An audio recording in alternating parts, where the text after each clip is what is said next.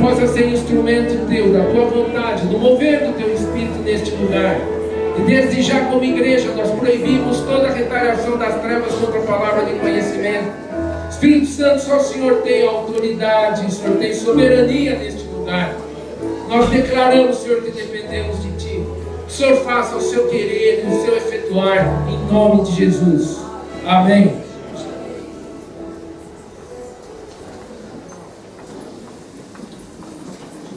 Pode se sentar. Minha intenção, com a ajuda de Deus, é passar algo para nós aqui, para que a gente depois possa buscar em oração essas coisas. Amém? Eu gosto muito quando a gente pode ter tempos da igreja juntos, onde a gente pratica. Às vezes a gente sai tocado por algo que Deus falou e é bom, só que a gente às vezes não pratica nada na hora que isso aconteceu, na hora que essa palavra tocou a gente, e ela vai embora, né? Ela se desvanece, ela desaparece. E eu oro a Deus para que hoje nós consigamos ter algo aqui fruto disso. Amém? Você está disposto? Estamos, né? Estamos dispostos. Tá bom. Então, primeiro eu queria que você visse comigo um texto conhecido que está em 1 Samuel, capítulo. Eu já acho que é melhor o capítulo maior, mas já foi.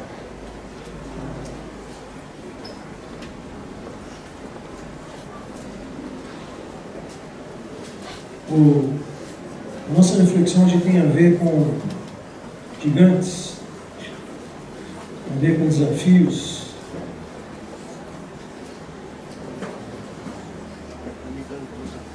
E a história você já conhece. Duro é quando essa história vem para a gente fazê-la acontecer, a gente conseguir fazer igual, né? E agir da mesma forma. 1 Samuel 17.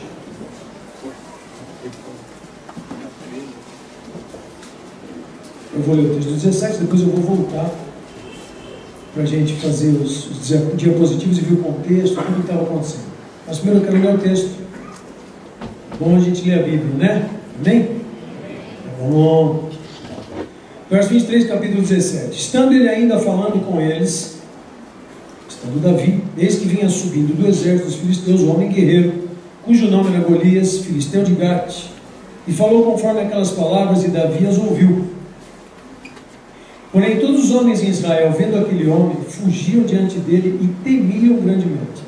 E diziam os homens de Israel: vistes aquele homem que subiu?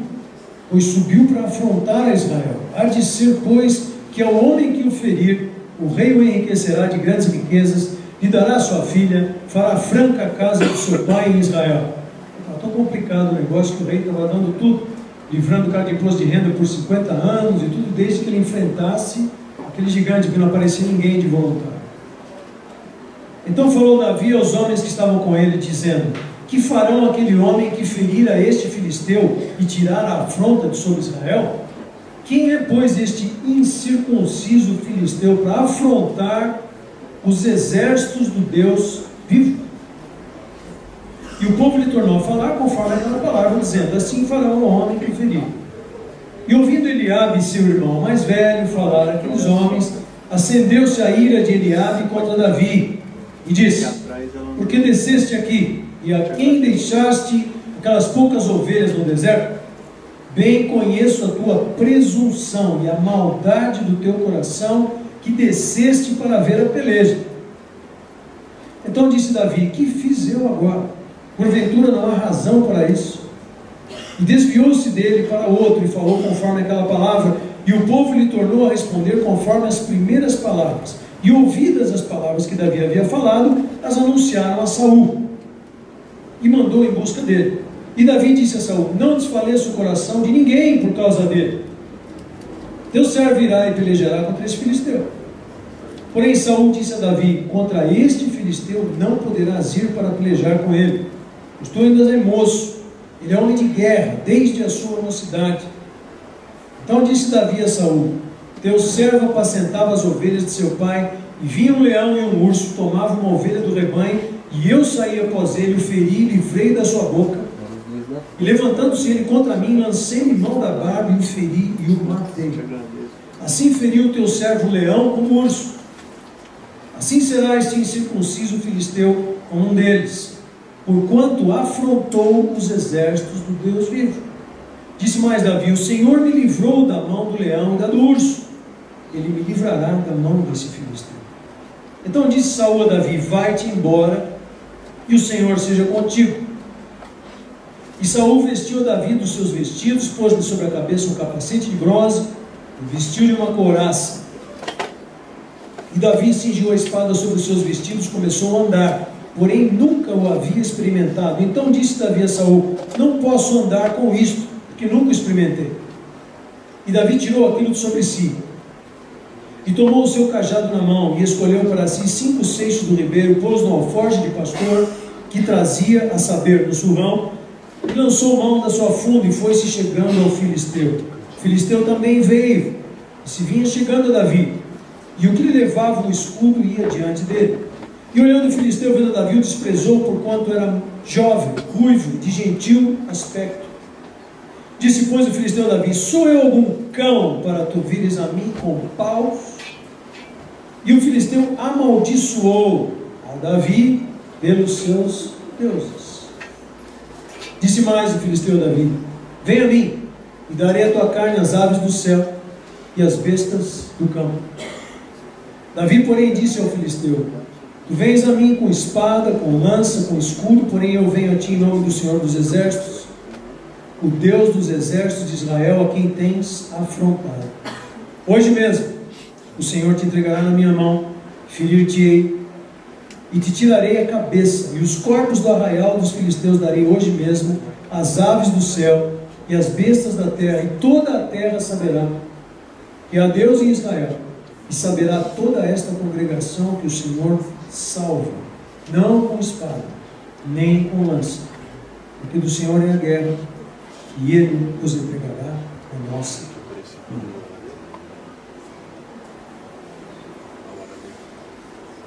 As situações da nossa vida surgem fruto dos nossos sentimentos, né? da aparência, do que surge à nossa frente, da nossa experiência.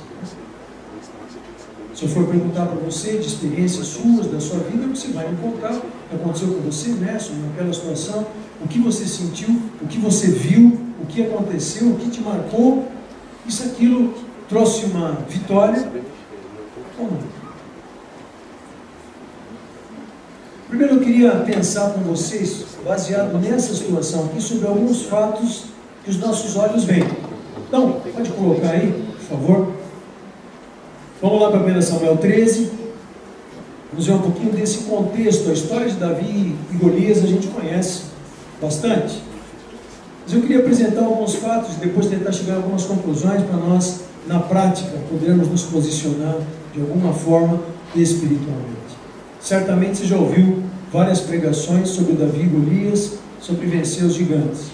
Eu espero que Deus me ajude hoje a vermos algumas outras linhas dessa mesma situação que nos ajudem a sermos livres em Deus e agirmos profeticamente e sermos pessoas que enxergam além daquilo que está nos nossos olhos, né? Capítulo 13 de 1 Samuel. Em um ano de reinado de Saul foi o primeiro rei escolhido por Israel, e o próprio povo de Israel, quando Saul começou a reinar, eles não tinham um exército completamente organizado, tudo pronto, não tinham, nunca tiveram, eles tiveram só juízes antes de Davi, e esses homens muitas vezes tinham que juntar o povo com o que eles tinham, pau, enxada, e o que tinha na mão, foice de 3 dentes e tal, e com isso lutar. E muitas vezes Deus livrou Israel dessa maneira tão simples, tão grosseira de exército, vamos dizer assim. Então, em um ano do reinado de Davi, começando o segundo reinado, diz que ele tinha 3.000 em Israel. E eles estavam divididos. Então, estou falando isso para ter números. Mais ou menos desse tempo, e 2 anos depois, os filisteus, contra quem Israel tinha uma das suas maiores dificuldades, né? Filisteus são figuras para nós muitas vezes dos nossos inimigos mesmo, né? Quem cristão já de cadeira há algum tempo sempre sabe que a figura de filisteus é aqueles povos que lutavam contra o povo de Deus, estavam sempre contra, sempre resistindo, e que são os nossos inimigos, são as nossas lutas, são as pressões que nós levamos. Mais ou menos nesse mesmo tempo, um pouquinho mais para frente, o grupo dos filisteus tinha 30 mil carros, quer dizer, carros, aquelas bigas, né, quadrigas com os cavalos e os soldados dentro, 6 mil cavaleiros e uma multidão como a areia do mar. Verso 5. Veja que um exército respeitável, você imagina. Para 3 mil, isso aqui era bastante, não? Não, não. Dá para tremer, não dá? Dá. É o que acontecia. Verso 6. O povo de Israel, ao verso 6. Vendo os homens de Israel que estavam em angústia, e que o povo estava em aperto, o povo se escondeu pelas cavernas, pelos espinhais, pelos penhascos, pelas fortificações, pelas covas. Por onde dava para se esconder, eles estavam se escondendo, porque eles estavam com medo, eles estavam apavorados com relação a esse exército que chamavam-se os filisteus. Isso é mais para trás lá. Verso 19 a 23 desse capítulo diz para nós, mostra para nós o que eu falei. Israel não tinha armas de ferro, não tinha espadas de aço. A palavra diz que, no verso 19, em toda a terra de Israel não se achava um ferreiro, alguém que pudesse mexer com o ferro para fazer as espadas, para prepará-las, as lanças, não tinha. Então, nessa época, o verso 20, os israelitas tinham que descer os filisteus para arrumar as armas deles. Imagina se os filisteus iam dar moleza e dizer para eles: pois não, por aqui, senhor, pode trazer a sua espada, eu vou deixar ela perfeitinha para depois você vir e enfiar na minha barriga. Imagine, né? No entanto, tinham limas adentadas, forquilhas de 3 dentes, verso 21, machados, e por aí. Essas eram as armas que esse povo tinha. Próximo, por favor. Então, esses são os fatos que os olhos veem: exército, número, estratégia, é o que existe até hoje, né? As potências, os Estados Unidos, não sei o que, a China, o Irã está preparando lá arma nuclear, não está preparando, esse aqui tem tanto, quantos porta-aviões esse tem, quantos não sei o que lá que ele tem, quantas bombas atômicas esse tem, quantos não sei o que o outro tem. Conversa bélica sempre em termos de números, óbvio, né? Em espaço conquistado, em terra, em exércitos, em poder, sempre é assim. E esses são os fatos que os olhos veem. E na nossa vida existem aquelas coisas que são as que a gente vê com clareza, ou talvez não tão claro, mas que a gente vê. São as que mexem com a gente, são as que fazem a gente muitas vezes ter uma atitude ou não, são as que fazem muitas vezes a gente se animar ou desanimar. Agora, vamos ver alguns fatos que os olhos não veem.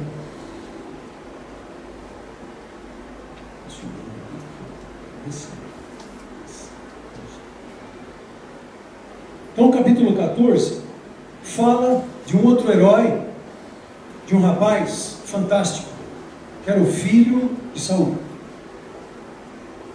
Jonatas. E esse rapaz, a história conta que ele se tornou um amigo muito chegado de Davi. Os dois fizeram uma aliança entre eles. Ele era filho do rei, e Davi, depois que foi ungido rei, mesmo Jonatas sabendo, Jonatas o trouxe para perto de si. Jonatas deu para Davi a sua capa, deu para ele o seu elmo, o seu capacete, e deu para ele a sua espada. Por onde Davi andava, as pessoas olhavam e viam a capa de Jonatas, viam a espada de Jonatas. Esse moço então foi alguém muito especial, o filho de Saul. Por herança, ele deveria ser o novo rei, quando Saul deixasse de ser rei. E dentro desse contexto, aconteceu que Saul ficou desesperado nessa situação toda que nós falamos, e resolveu tomar o lugar de sacerdote e oferecer sacrifícios sem esperar Samuel chegar. Samuel que tinha ungido ele rei. E ele fez isso, fez erradamente, Muitas vezes nós estamos apavorados, estamos desesperados, queremos tomar atitudes e tomar decisões em situações que Deus nos diz: não faça isso, isso tem alguém que vai fazer, ou eu vou fazer dessa e daquela forma. Não tente resolver aquilo que eu já estou resolvendo. Não tente fazer por você mesmo aquilo que eu já estou fazendo. Mas Saul ficou apavorado. E Samuel chegou exatamente na hora que Saul ia fazer as ofertas que eram devidas a um sacerdote fazer. E aí houve uma conversa entre os dois. E daí Samuel disse a Saul no verso 3 do capítulo 3: obraste neciamente, não guardaste o mandamento que o Senhor teu Deus te ordenou, porque agora o Senhor teria confirmado o teu reino. Porém agora não subsistirá o teu reino. Naquele momento Saul já perdeu o seu reino. E naquele momento já haveria um outro que ia substituir. Daí Saul pediu perdão, pediu para que Samuel pelo menos ficasse com ele nas ofertas, e ele ficou. Só que já estava definido uma situação de Saul. Nesse contexto, Jonatas, os exércitos de Saul estavam divididos, e Jonatas tinha com ele 600 homens. 600 homens. Estamos falando de exército de 3.000 carros, tudo que lá. É bom a gente saber que não é só Gideão e alguns outros. Jonatas foi um cara também muito especial aos olhos de Deus. Ele foi um homem que enxergava além, por fé também. E Jonatas, com 600 homens e o seu escudeiro, resolveu ir e enfrentou uma parte do exército dos filisteus. Claro, aquele ataque relâmpago, meio guerrilha, né? Foi lá, fez um estrago e saiu, porque com 600 ele não ia poder alcançar tudo. E matou 20 homens. Agora, sabe? Deus se agradou disso. Porque as palavras de Jonatas são muito parecidas com o que Davi fala depois. Veja no capítulo 14, verso 6. Disse, pois, Jonatas ao moço que lhe levava as armas: vem, passemos a guarnição destes incircuncisos. Ele usou os mesmos termos que Davi. Porventura obrará o Senhor por nós, porque para com o Senhor nenhum impedimento há de livrar, com muitos ou com poucos. Fatos que os olhos não veem. Nossos olhos não conseguem ver isso. O acampamento, todo mundo desesperado, assustado, tremendo, e o Jonatas indo por 600 homens. Tenente Coronel Jorge, seria uma loucura isso, né? Pastor Jorge. Estratégia maluca, suicida. Vai se matar para querer ser herói e ganhar umas estrelinhas. Mas no coração dele havia fé. E fé é uma coisa que Deus tem buscado em muitos de nós hoje, ou em todos nós. Quando a situação vai ficando preta e a aparência mostra que está tudo preto, que está muito difícil. Conseguir enxergar adiante, esse é o privilégio que a gente pode desfrutar quando a gente consegue enxergar um pouco mais longe. Eu não digo que isso eu faço, eu não digo que eu mesmo consiga isso, mas um alvo. Nossa vida espiritual, nossa vida com Deus, nossa vida de decisões pode mudar se nós conseguirmos ir um pouquinho mais além do que as aparências mostram. E houve livramento para Israel naquele dia, parcial, porque a guerra não foi inteira, mas naquele dia Jonatas teve graça diante de Deus, teve coragem, teve fé. Outra coisa que é importante a gente entender quando a gente está em situações desse tipo é lembrar dos princípios que são imutáveis. E que uma situação aparente, ela fala para a gente de algo que muitas vezes vai contra um princípio. Então, às vezes, você pode sofrer uma pressão muito grande no seu trabalho, onde o teu chefe diz para você, faz assim, porque assim é melhor, e daí não dá tanto problema, e você vê que aquilo lá não vai para a razão, uma coisa que não dá para fazer. Quantos aqui já passaram por isso? Quantos eu já conversei sobre isso? Quantas dificuldades? O exemplo mais simples, o mais caricaturado é a secretária que tem que dizer que o chefe não está, né? Muitas vezes a gente lembra dele.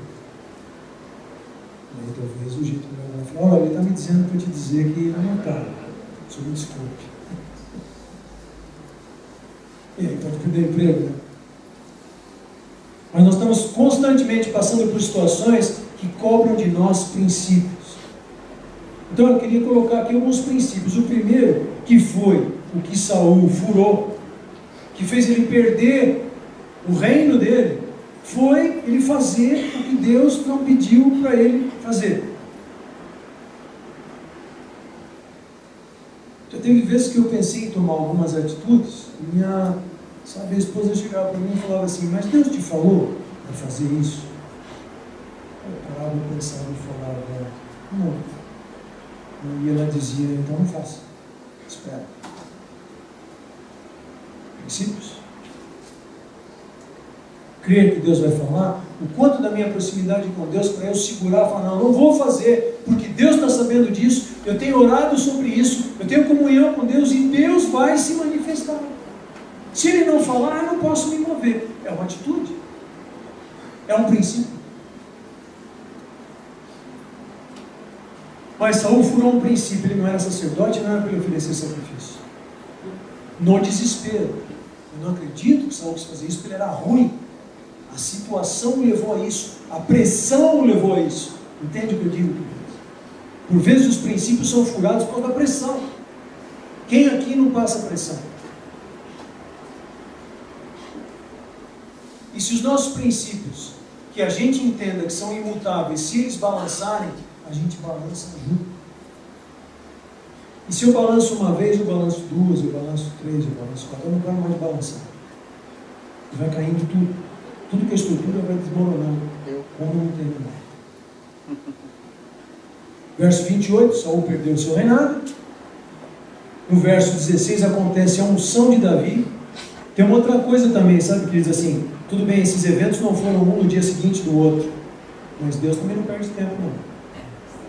E Deus já tem tudo arrumadinho, e tem tudo planejadinho. Seja nossa a graça de participar do que Deus quer fazer. Amém? Seja nossa a honra de poder participar do que Deus quer fazer.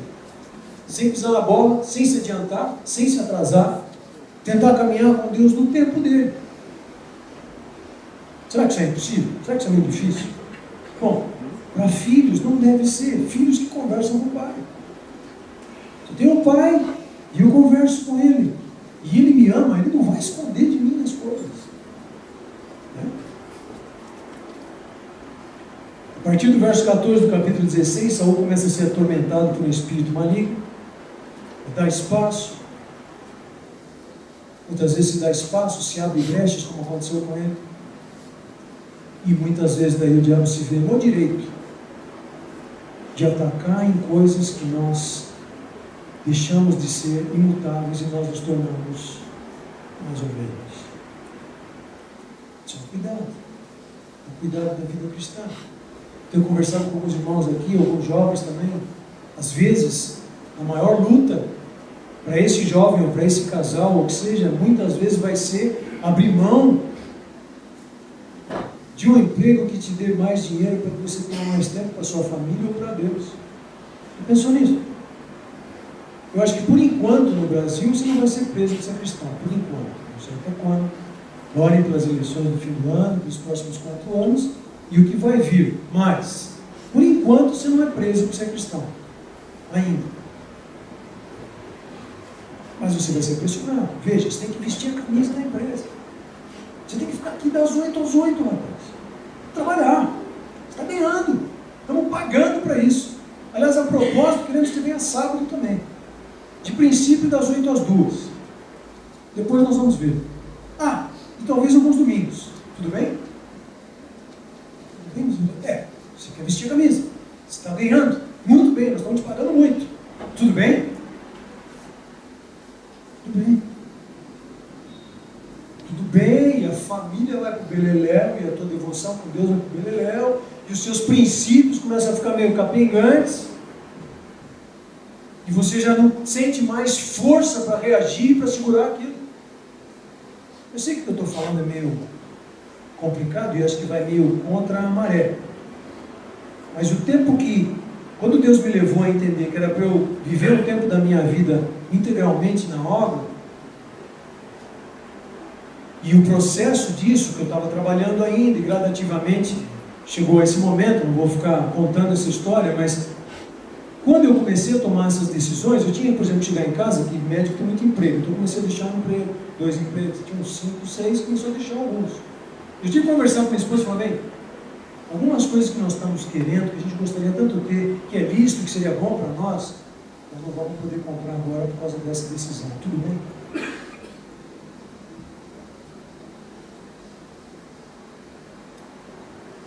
Decisões.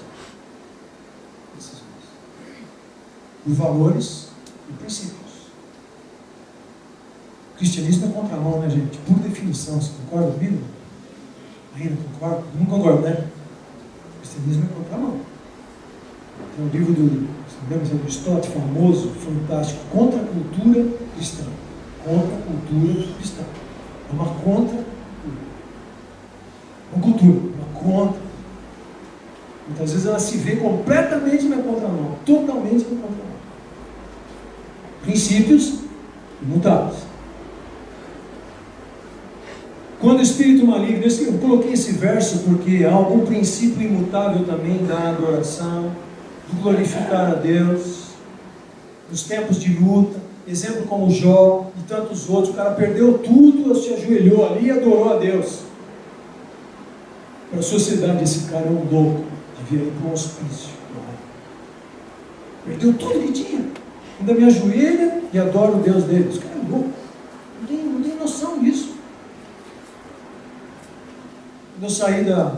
Quando eu fui deixar na medicina, daí deixei a cirurgia e as coisas que eu fazia, porque eu orei para Deus que seria dessas oportunidades que eu estava esperando, eu largava tudo, eu fiz oração inversa, sabe? Oração do louco. E aí, em uma semana, Deus me deu tudo que eu estava esperando há 5 anos. E aí eu achei que eu tinha orado errado. Não, eu errei, eu fiz alguma besteira, está tudo errado.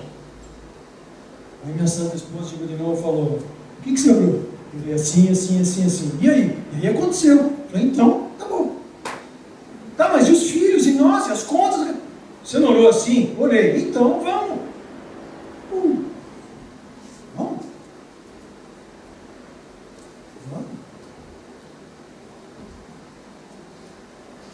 E eu tremi. Eu tremi.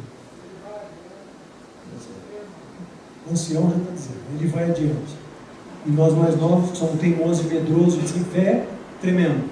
Ele está falando o que é. E a gente muitas vezes não enxerga o que é. Adoração, gratidão, princípios imutáveis. Em tudo, dai graças em tudo. Por tudo, dai graças. Tudo, tudo. Tudo, tudo. Princípio imutável. Tudo, tudo. Ué, ou não é tudo? Princípio imutável.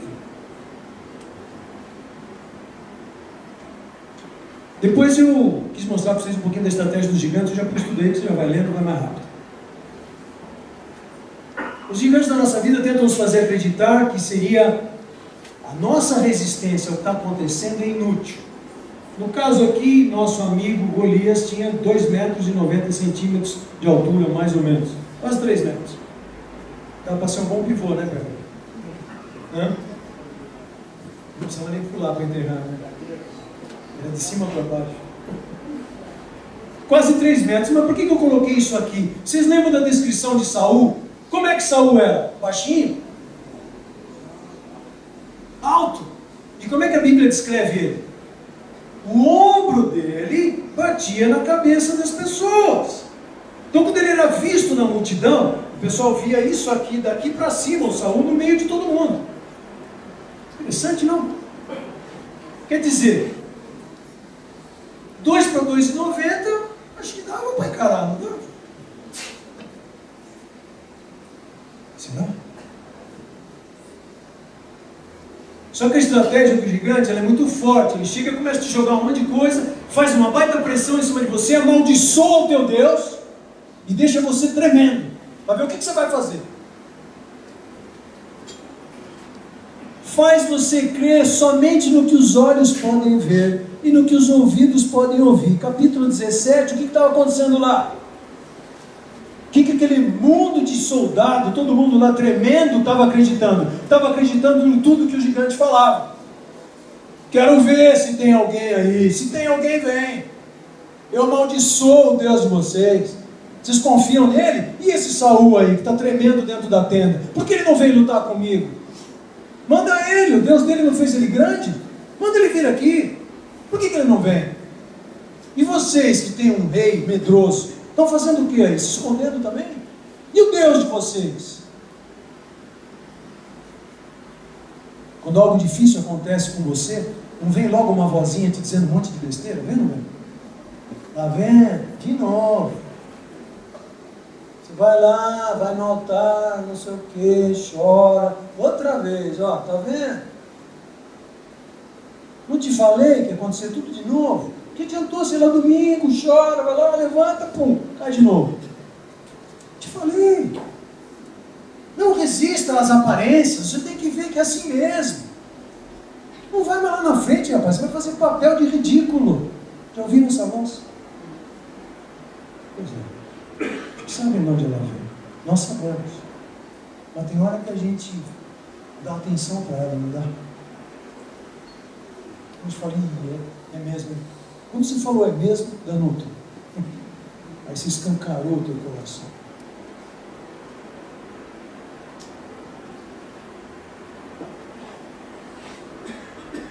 A aparência é uma arma poderosíssima. Versos 23 a 25 mostram isso. A aparência é uma arma. Aliás, quantos homens caem por causa da aparência?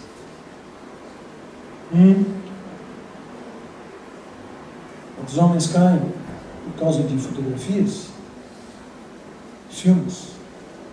Aparência. Quantas mulheres caem? A primeira viu que a árvore era formosa, gostosa para se alimentar. Então ela pegou um fruto e ofereceu para o esposo e comeu também. Aparência.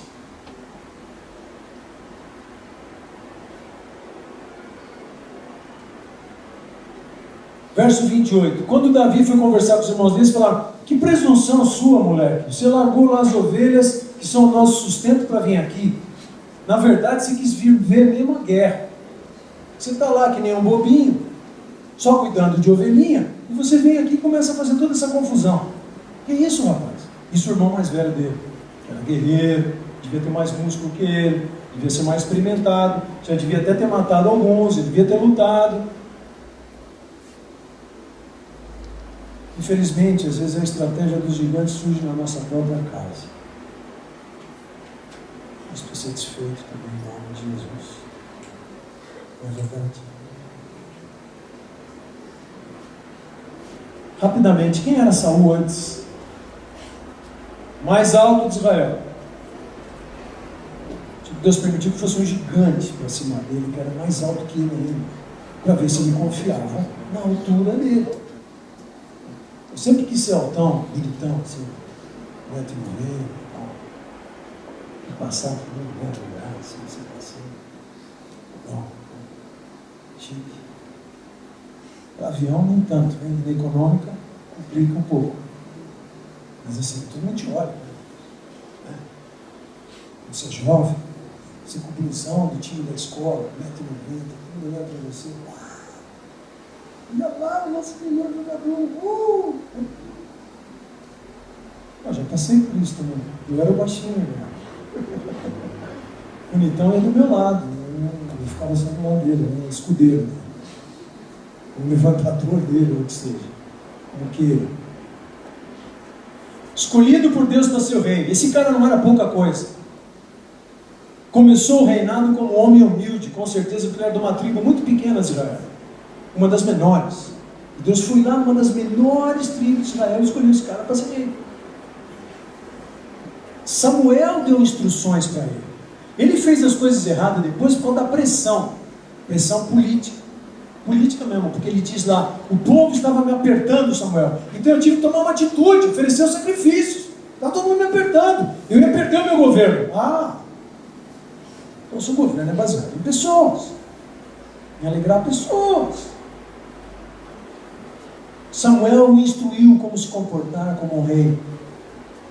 Ele tinha homens à volta dele fantásticos, generais, gente fina. Filho dele, um filho especialíssimo. Deus deu para esse homem um filho fantástico, que ficou com ele até o fim e morreu do lado dele. Que coisa incrível!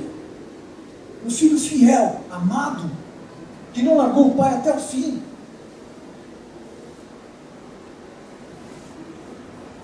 E depois, ele conseguiu o equipamento de guerra necessário. Ele começou como nada, mas ele foi ganhando, foi pegando o espólio dos povos que ele conseguia, e daí ele foi tendo metal, conseguiu ferreiros, foi fazendo as armas, foi se preparando, construiu um exército, que ficou grande.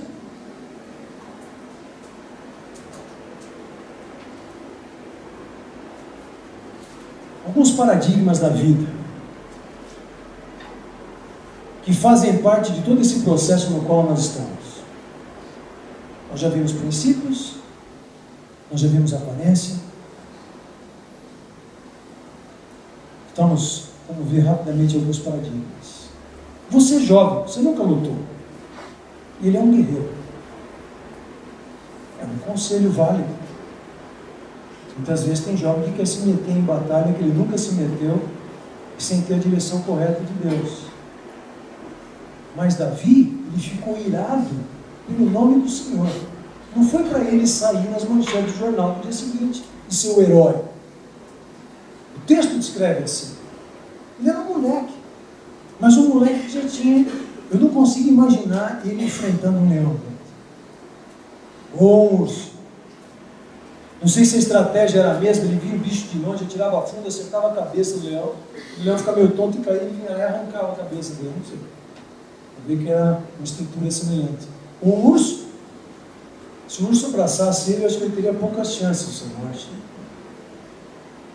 Mas ele disse que matou.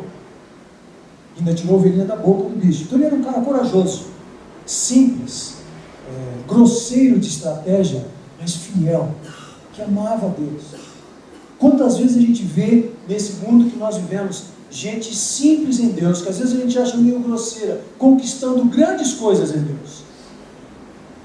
Quem sabe a gente pode ter essa mesma simplicidade para ir alcançar as mesmas coisas em Deus, por fidelidade a Deus, por amor a Deus, não os homens, a empresa que eu trabalho, o grupo que eu defendo, o meu próprio nome. Não são coisas erradas em si, mas tem que ter o seu foco. Aí Davi conta a sua experiência, verso 34 a 36, ele quis tentar provar que ele também já fez alguma coisa útil. Aí Saul tentou usar a estrutura que ele tinha, que era a sua própria armadura. Ele falou, olha, pega a minha armadura, Davi. Agora imagina um cara de 1,90 m, quase 2 da armadura dele, para um garoto que não devia ser tão alto assim. Não sei que altura Davi tinha, mas ele era mais baixo que Saul, com certeza a cabeça dele batia no ombro de Saul, pelo menos. Ele era mais um da turma. Então aquela armadura para ele não fazia sentido. Para Saul ela fazia todo sentido. Para os guerreiros fortes, grandes de Saul, fazia todo sentido. Para Davi não fazia sentido. Deus coloca em nós, Deus ensina para nós formas de nós andarmos junto com Deus.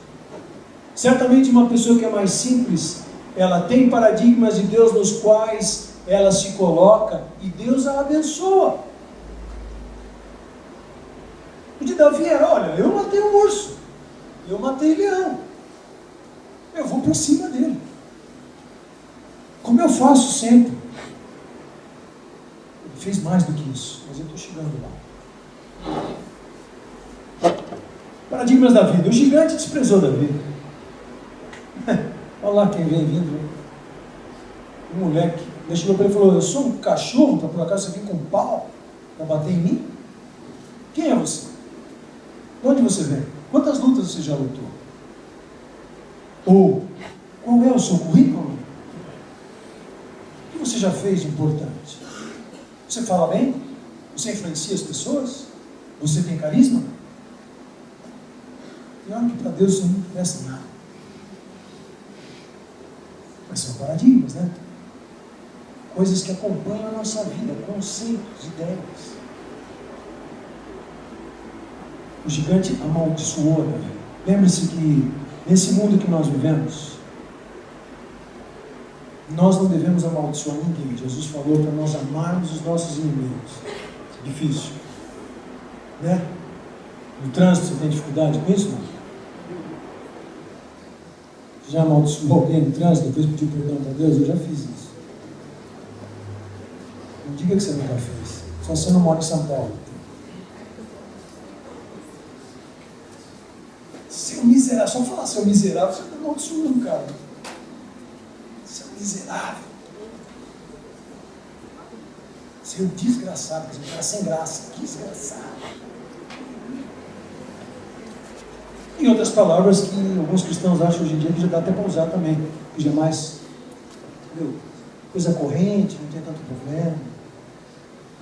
Não é palavra tão assim ruim. O mundo usa. Pois é, você também, né? Claro. Eles usam, nós usamos, vós usais. Todos usam. E o anúncio ainda diz, use.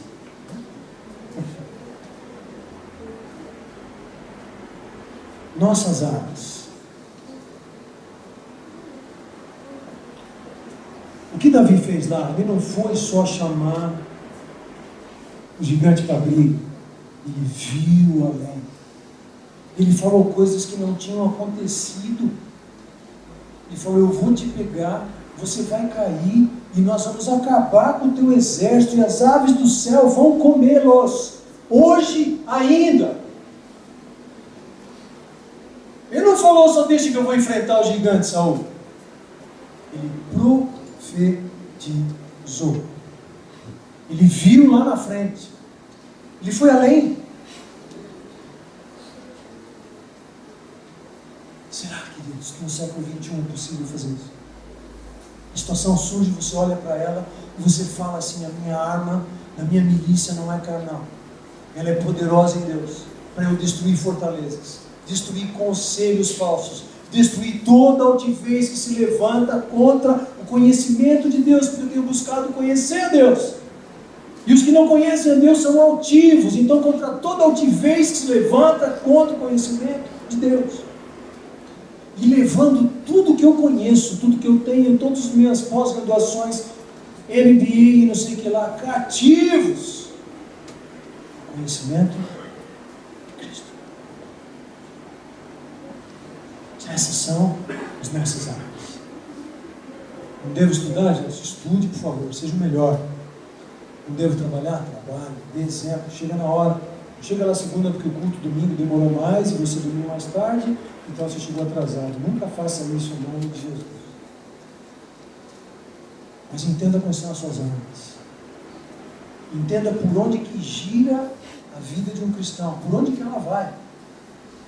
Eu fico preocupado, queridos, assim, eu tenho visto, convivido com pessoas, conversado, a pressão é muito grande. Os jovens nunca sofreram a pressão em área sexual como estão sofrendo hoje. É um absurdo. Cada vez mais. Mas não são jovens, mais velhos, gente com o lar destruído. Às vezes aparece gente para nós com muitas lutas, com um passado dificílimo. Porque a pressão está muito grande.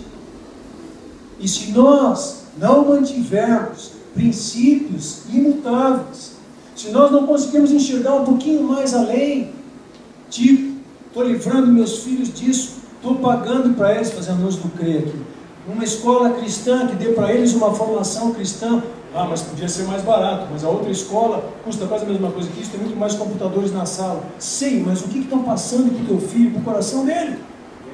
Quem vai ser ele? Um homem de Deus? Ou um grande médico incrédulo que não acredita em ninguém, em nada? Nem na ciência não acredita. Quem vai ser? O que eu estou plantando? Fruto dos meus paradigmas, fruto dos meus princípios imutáveis ou não, fruto do meu conhecimento de Deus. E isso tem desafio. Eu sei que você está concordando comigo. São desafios diferentes da vida moderna que nós temos hoje. Talvez até algumas coisas você não está concordando comigo. Nem, vai pensar. Mas são zonas de tensão seríssima, aonde o cristianismo precisa ser a nossa nota de diferença. É o cristianismo que é a nossa diferença, queridos. É o cristianismo, é ser cristão, é ser de Deus que faz você entrar na empresa X ou Y. É o cristianismo que te faz ser mandado embora porque você não mentiu, porque você não aprontou, ou porque você não fez o que te mandaram fazer, porque aquilo não era lícito. É o cristianismo que faz isso.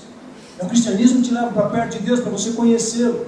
É o cristianismo que te faz horas que você tem que dizer não. Todo mundo diz sim. Mas que problema tem? É só isso aqui. Pois é. É diferente para o cristão.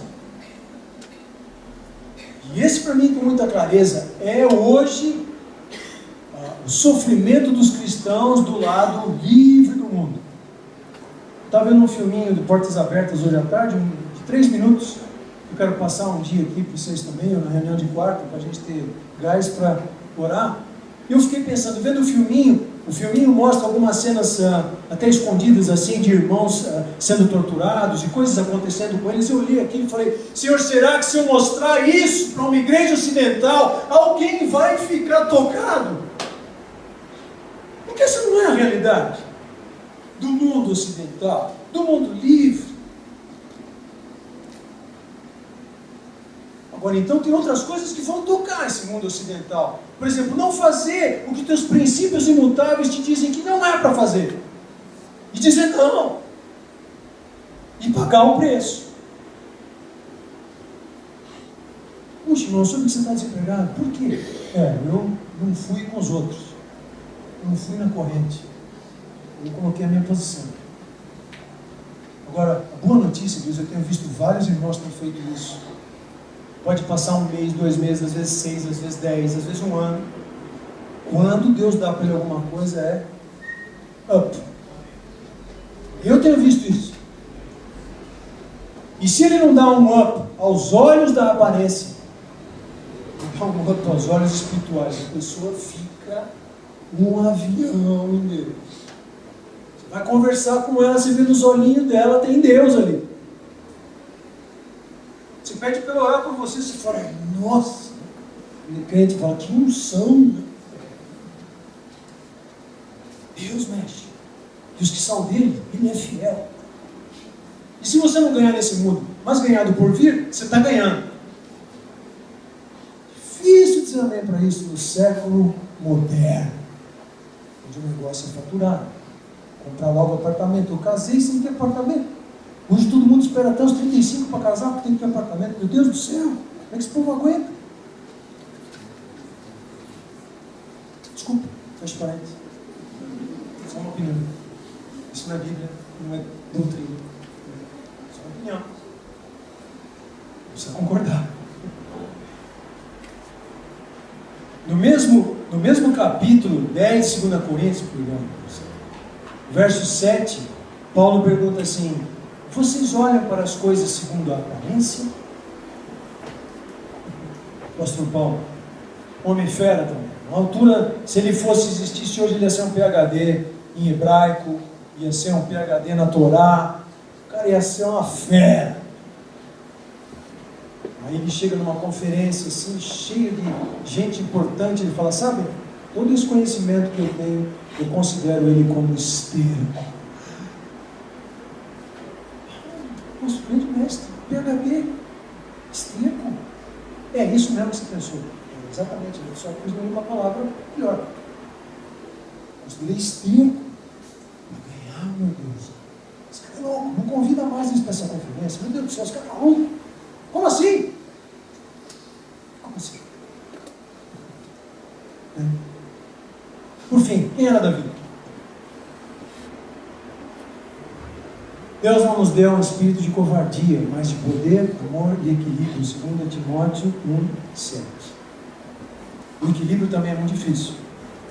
Equilíbrio em Deus. Levar uma cusparada, levar palavras na cara, levar uma agressão de palavras e ter equilíbrio. Difícil. mais bíblico, santo, que agrada a Deus.